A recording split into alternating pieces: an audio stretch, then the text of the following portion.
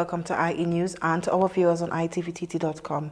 I am Micah Dume. Thanks for joining us. In the headlines, Prime Minister unveils regional healthcare initiatives at CARICOM heads meeting. The TTPS dismisses false social media claims after firearms discovered at Belmont Police Station. An autopsy confirms Barrackpore pensioner died from choking during violent home invasion. In our top story, Prime Minister Kamala Persad-Bissessar says Trinidad and Tobago is committed to strengthening regional healthcare by helping CARICOM countries respond to external challenges through greater access to affordable medical services. Speaking at the CARICOM Heads of Government meeting, the Prime Minister announced proposals to provide CARICOM nationals with reduced cost access to Trinidad and Tobago's National Prosthetic Center, deploy fully trained doctors to member states, and make specialized pediatric services at the Coover Children's Hospital available to children across the region. She said the initiatives reflect Trinidad and Tobago's commitment to deeper regional cooperation and improving healthcare access through the Caribbean. The way forward with respect to your questions about external shocks that is impacting on our countries. And I think every one of us in the community is the whole issue of what Mayor raised about cost of living. So in addition to the initiatives that Prime Minister Motley has outlined, Trinidad and Tobago is very interested, of course, in earning forex, but at the same time giving some kind of affordable health care. So if I may, Prime Minister, this is also with respect to bringing down the cost of living in our country. So we propose that, first of all, we have had help from the government of India to set up a national prosthetic center. This is for the fitting of artificial limbs. I have set up that center, and I'm not saying our services there, of course, for at an affordable price will be available to our CARICOM brothers and sisters. Because when we look at the prices otherwise, you go to the US, they range from $3,000 US to, what was it you told me, $120,000 US, depending on the mobility of what you want that artificial limb to do. So this is in one area I think we can help bring down costs where we could use our center. Of course, we will earn some forex, but it will be at an affordable price for brothers and sisters in the CARICOM. The Trinidad and Tobago Police Service has dismissed what it describes as false social media reports following the discovery of 8 firearms at the Belmont Police Station. Here's more. Speaking during a police media briefing, Acting Assistant Superintendent and Public Information Officer Owie Russell said no police officer has been detained or is in custody in connection with the investigation. Russell also denied claims that the officer at the center of the speculation fled the country, explaining that the officer, who is not a police sergeant, was granted approved vacation leave and received permission from the Commissioner of Police to travel abroad before investigators accessed the locked office where the firearms were found. Police say preliminary investigations suggest the firearms may be court exhibits connected to ongoing criminal matters. Investigators are now working to determine their origin status and whether proper police service procedures were followed. The Professional Standards Bureau is continuing investigations, and the TTPS says appropriate action will be taken if any breaches are identified. An autopsy has confirmed that 75-year-old Barrackpore pensioner Tara Bridgemahon died from asphyxia due to choking during a violent home invasion at her home. Bridgemahon was found dead inside a bedroom of her Hassan Ali Trace residence on June 27th after relatives discovered the house had been ransacked. Police said the elderly woman had been restrained with cable ties and a cloth wrapped around her face. Investigators believe the attackers fled with US $1,000 in cash and jewelry. The pensioner died just days before her 76th birthday. Her funeral is scheduled to take place on Thursday in Barrackpore, followed by cremation at Shore of Peace, Mosquito Creek. Police investigations into the robbery and murder are continuing. We pause for a moment. More news when we come back.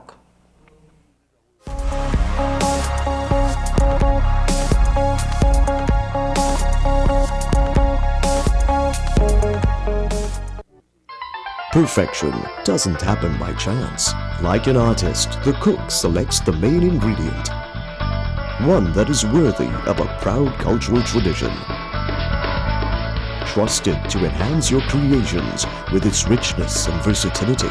To create a cooking masterpiece, the secret is simple. The brand we know, the brand we trust, the brand our ancestors have been using for generations. There is only one pure cow brand ghee. Look for the marks of authenticity. Expressions Limited, as one of the largest importers of tiles, offers an extensive range of high-quality tiles in ceramic, porcelain, granite, stone, and mosaic options. Additionally, we offer a variety of tile accessories and bathroom sets to complement any decor style. We are committed to providing exceptional customer service and swift delivery of all products. From indoor and outdoor tiles to bathroom sets and tile accessories, we have curated a range that caters to both traditional and modern taste. Lampus 13, Ajudha Road, Munro Road, Canopio. Call 223-8453.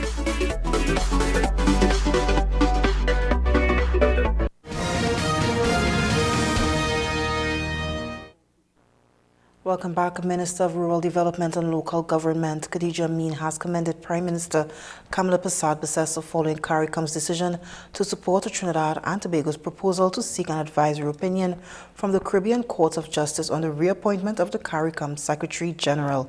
In a statement, Minister Amin said the issue was never about personalities, but about defending due process, transparency, and the integrity of the region's institutions.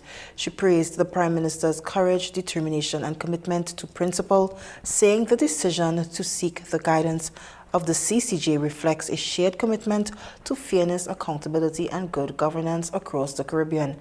Minister Amin also congratulated Prime Minister Persad-Bissessar on what she described as her steadfast leadership, adding that CARICOM leaders ultimately choose principle over expediency. She further described the outcome as another example of the Prime Minister's strong leadership and diplomatic engagement on the regional and international stage, while noting its significance for Trinidad and Tobago as a member of the Caribbean community. I just want to join in the commendations for Prime Minister Kamla Persad-Bissessar, as Trinidad and Tobago's principled position got the support of our Caribbean partners recently. I think from the outset, it was never about personalities. It was about defending due process. It was about transparency and the integrity of our regional institutions. And those are values worth standing for. Even when the road is not easy, Kamla Persad-Bissessar must be commended for her courage and her determination and that dedication to what is right versus what is popular. And her initial decision, even in Trinidad and Tobago, would not have been received with popularity in some quarters. But it is clear that the decision to seek the guidance of the Caribbean Court of Justice really demonstrates a shared commitment to fairness, to accountability, and to good governance across the region. Prime Minister Kamla Persad-Bissessar today joined regional leaders for the closing session of the 51st Regional Regular Meeting of the Conference of Heads of Government of CARICOM in St. Lucia. She was accompanied by Minister of Foreign and CARICOM Affairs Sean Sobers, Minister in the Office of the Prime Minister Nicholas Morris, and Minister in the Office of the Prime Minister Daryl Alahar. The four-day summit focused on key regional issues, including economic development, regional security, climate resilience, food security, and strengthening cooperation among CARICOM member states. The meeting concluded today following several days of discussions aimed at advancing the Caribbean community's shared priorities and regional integration. Police are investigating the death of a 50-year-old man who was found inside his bedroom at his Thompson Gardens, Taradale home on Tuesday evening.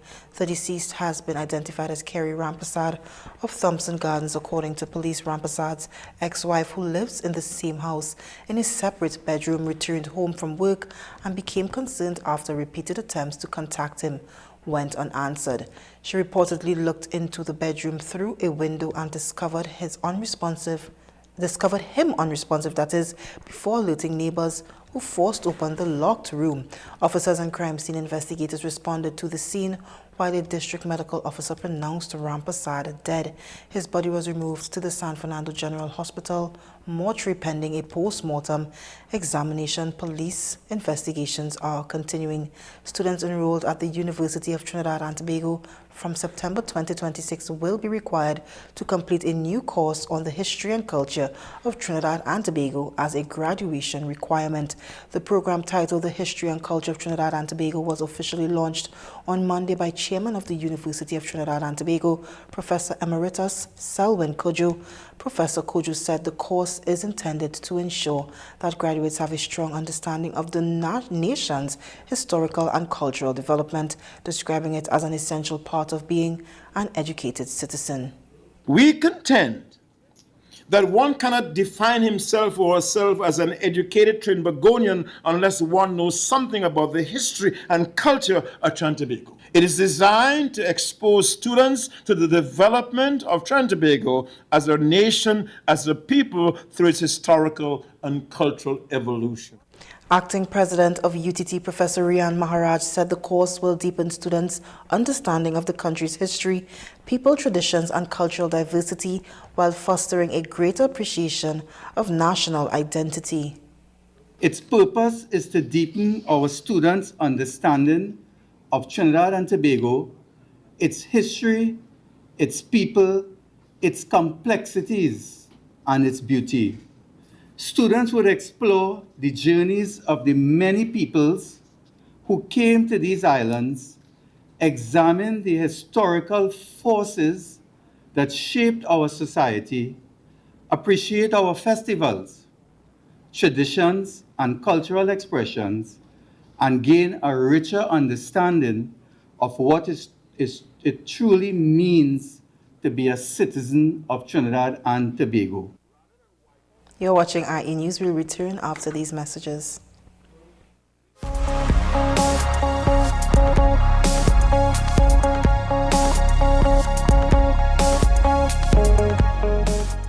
Attention all bakers, doubles vendors, and roti makers. Try our high-quality bromate-free, all-purpose, and whole wheat flour. Low price and conveniently packaged in 2 pounds, 2 kg, 10 kg, and 25 kg bags. For wholesale and retail prices, contact Chiclisho Limited at 665-3336 or 480-8715 or visit us at Warrenville, Canoopia. Chiclisho Limited. Quality you can trust.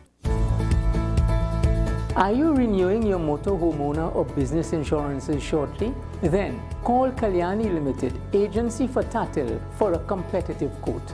With 2 locations, Todd Street, El Socorro, and 5 Rivers, Aruca. Please call us at 221-5051 or 227-5051.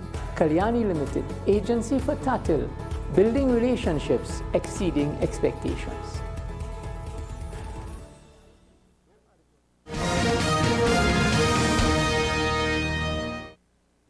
Welcome back. Lionel Messi delivered once again as Argentina staged a stunning comeback to defeat Egypt 3-2 and book a place in the FIFA World Cup quarterfinals.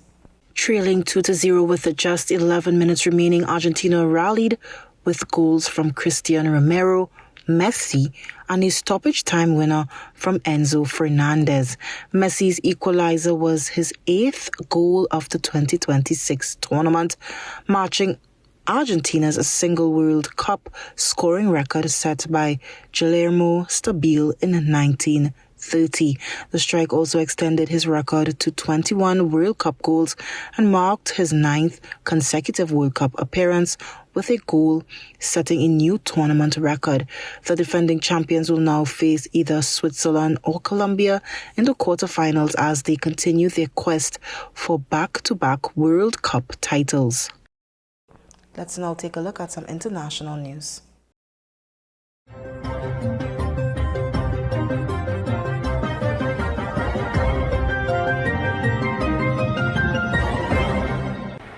Tonight, the race to stabilize a 37-story building in Midtown Manhattan at risk of collapse. We have columns partially down on 21 and 22, and we have floors sagging between 21 and 26. ABC News obtaining this dramatic video from inside the East Side high-rise blocks from Grand Central Terminal showing steel support columns bending. The building remains unstable. The compromised building appearing to lean. It appears just by looking at it, the building is leaning. Is the building leaning. The concern is that since we have been on site in the early morning, we have seen continued shift of the structure.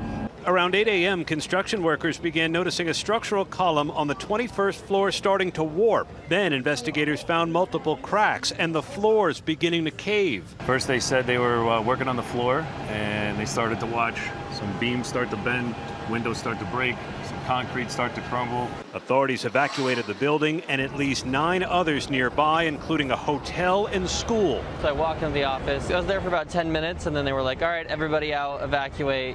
Get out now. Bumper-to-bumper traffic stretching for blocks. All workers were accounted for. There are no injuries. It's a very serious situation. The high-rise, once the headquarters of the pharmaceutical giant Pfizer, is being converted into residential apartments. What was going on up there is something that I've never seen in my 20 years. In the last year, the building has logged 7 violations, from unsafe building demolition to debris falling from high heights, resulting in more than $32,000 in fines. Tonight, President Trump touching down in Ankara for the NATO summit as tensions with Iran soar. U.S. Central Command announcing new powerful strikes, pledging to impose hefty costs on Iran for attacking 3 commercial ships in the Strait of Hormuz in just the past 24 hours. Video posted online showing explosions from the American attacks. U.S. officials tell us the strikes targeted Iranian defense and coastal surveillance systems, missile and drone launch sites, and port facilities, calling the attacks a clear violation of the ceasefire and wholly unacceptable. The U.S. also revoking part of the deal President Trump signed that allowed Iran to sell its oil on the international market. Meanwhile, here at the NATO summit, President Trump lashing out at America's allies, accusing them of not helping him with the war he started. But we weren't treated well because we did something in Iran. We don't need anybody's help. I didn't even want their help, but before I asked, they said they wouldn't be there.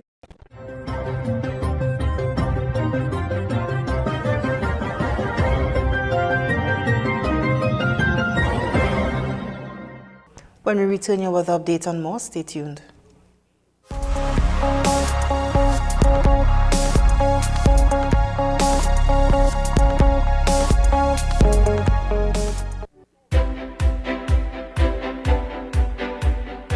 Introducing Signature Marine Coatings. We bring you premium marine solutions powered by PPG coatings, including anti-fouling protection, high-grade epoxy systems, fiberglass materials, and complete marine refinishing supplies. Protect, enhance, and maximize the performance of your vessel with products you can trust. Get the finish your vessel deserves. We are located at Tardy Marine Limited in Chagaramas. Call us today at 2900-654 or email at signaturepaints@hotmail.com.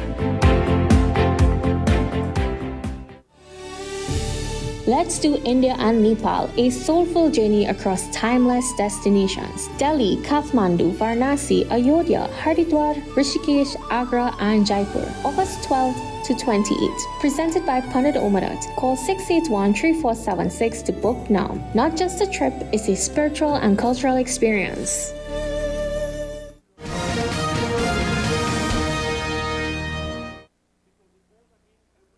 Welcome back to IE's Major News. Let's take a look at today's weather forecast. Today was generally cloudy and unsettled across Trinidad and Tobago, with periods of light to moderate rain affecting several areas throughout the day. At times, showers became heavier in isolated districts, producing brief gusty winds and localized ponding. In low-lying areas, despite the wet conditions, there were a few brief brighter intervals during the afternoon. The temperatures reached approximately 31 to 32 degrees Celsius, while overnight lows are expected to settle between 24 and 25 degrees Celsius. Moderate easterly winds persisted across the islands, occasionally becoming fresh near heavier showers.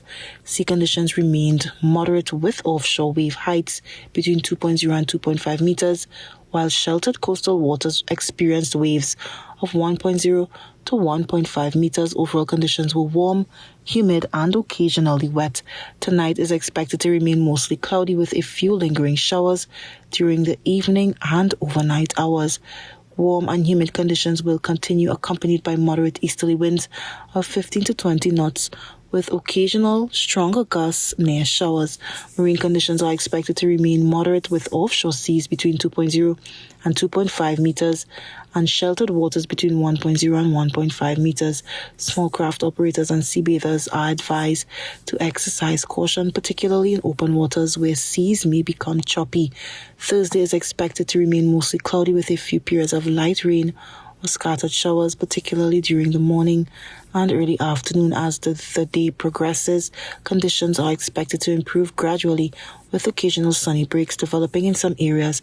Temperatures are forecast to reach approximately 31 to 32 degrees Celsius, with warm and humid conditions persisting throughout the day. Moderate easterly winds will continue becoming fresh at times, especially along eastern and southern coastlines. The sea conditions are expected to remain moderate, with offshore wave heights between 2.0 and 2.5 meters and sheltered coastal waters between 1.0 and 1.5 meters. Overall, Thursday is expected to be mostly cloudy and breezy, with occasional showers giving way to brighter conditions later in the day. Let's take a look at some crime news.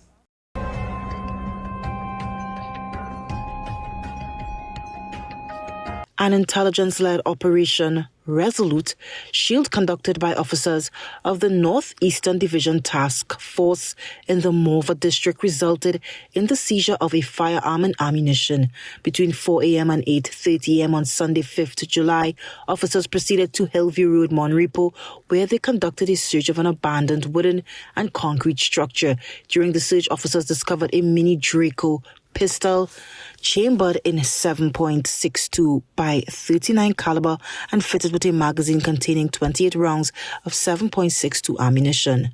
The operation was spearheaded by Senior Superintendent Guy Allen, Superintendent Birch, ASP Calendar, and Inspector Ramsing, and supervised by Sergeant Martin, along with officers of the Northeastern Division Task Force. Investigations into the seizure are ongoing.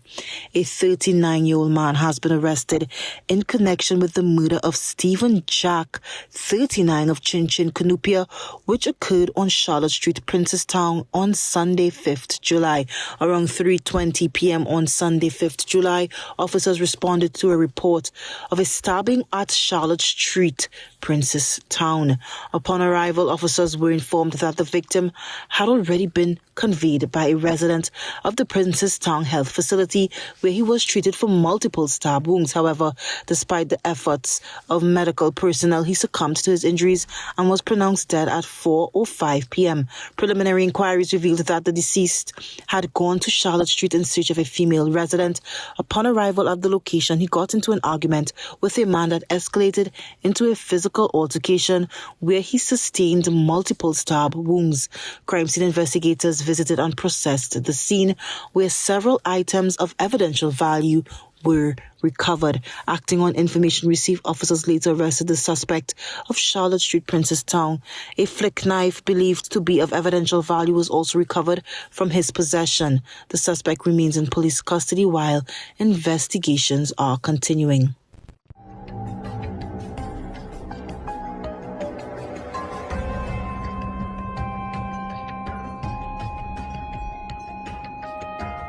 Recapping the headlines, Prime Minister unveils regional healthcare initiatives at CARICOM Heads meeting. The TTPS dismisses false social media claims after firearms discovered at Belmont Police Station. An autopsy confirms Barrackpore pensioner died from choking during violent home invasion. Well, this is where we leave you for now. On behalf of the entire news team, I am Micah Dumay. Thank you for joining us.